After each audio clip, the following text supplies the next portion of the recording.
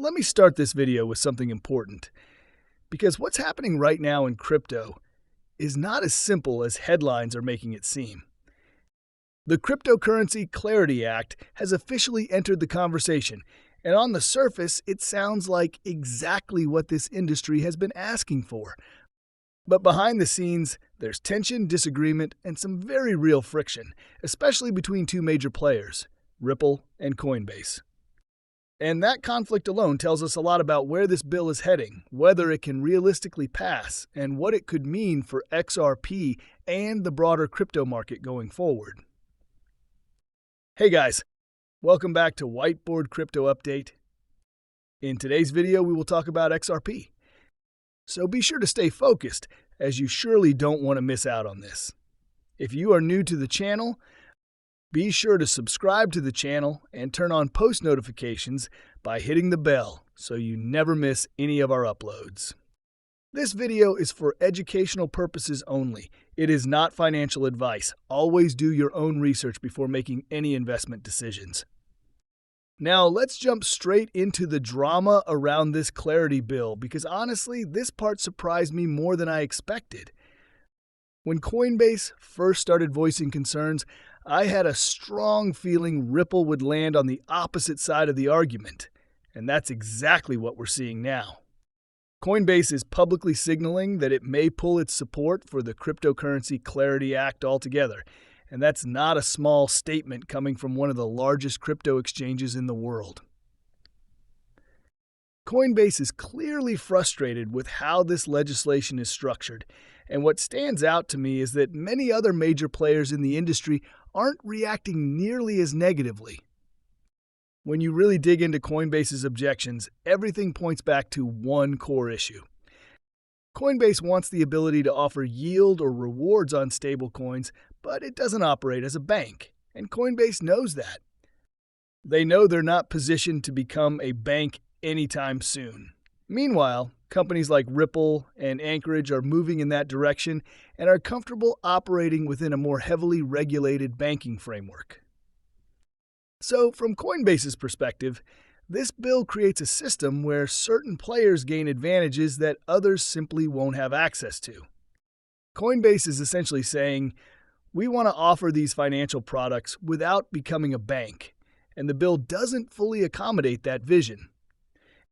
And when you look at it objectively, that's a tough position to defend. Regulation tends to reward entities that are willing to accept oversight, compliance, and structure. Ripple has already been navigating that world for years, so naturally, their stance on this bill is very different. Brad Garlinhouse made that crystal clear in his comments. He openly acknowledged that the Cryptocurrency Clarity Act is not perfect, and that's important. Ripple isn't pretending this bill is flawless. Instead, Brad emphasized something far more practical. Clarity, even if imperfect, is better than chaos. Ripple has lived through regulatory chaos firsthand, and they understand that the absence of rules is far more damaging than rules that need refinement over time. His message was essentially this: crypto cannot move forward without a legal framework, and progress requires compromise. Ripple is staying at the table, participating in debate, and pushing for improvements during the markup process rather than walking away entirely. And honestly, that mindset aligns exactly with how I see this situation. I never expected this bill to be perfect. No major piece of legislation ever is. There will always be sections that certain companies don't like or that need adjustment later. But the idea that the entire bill should be scrapped because it isn't ideal is, in my opinion, completely unrealistic. We saw this same dynamic play out during the Ripple versus SEC case. When Judge Torres ruled that Ripple couldn't sell to institutional investors the same way it had in the past, many people panicked. But the reality was simple. Ripple adapted. They changed how they operate and continued building within the law. That's exactly how innovation works. Brian Armstrong has gone as far as suggesting that parts of this bill amount to a de facto ban on DeFi. Maybe that's how it looks right now, but even if DeFi has to evolve to fit within a regulated environment, that doesn't mean it disappears. If DeFi can comply, it will, and if it can't, developers will find a way to restructure it so that it can. That's how every transformative technology has survived regulatory pressure throughout history. What this really comes down to is a clear split in the industry. Ripple benefits from regulation because it has spent years positioning itself to operate within it. Coinbase, on the other hand, sees regulation limiting certain business models they want to maintain, and that's why Brian Armstrong is pushing back so hard.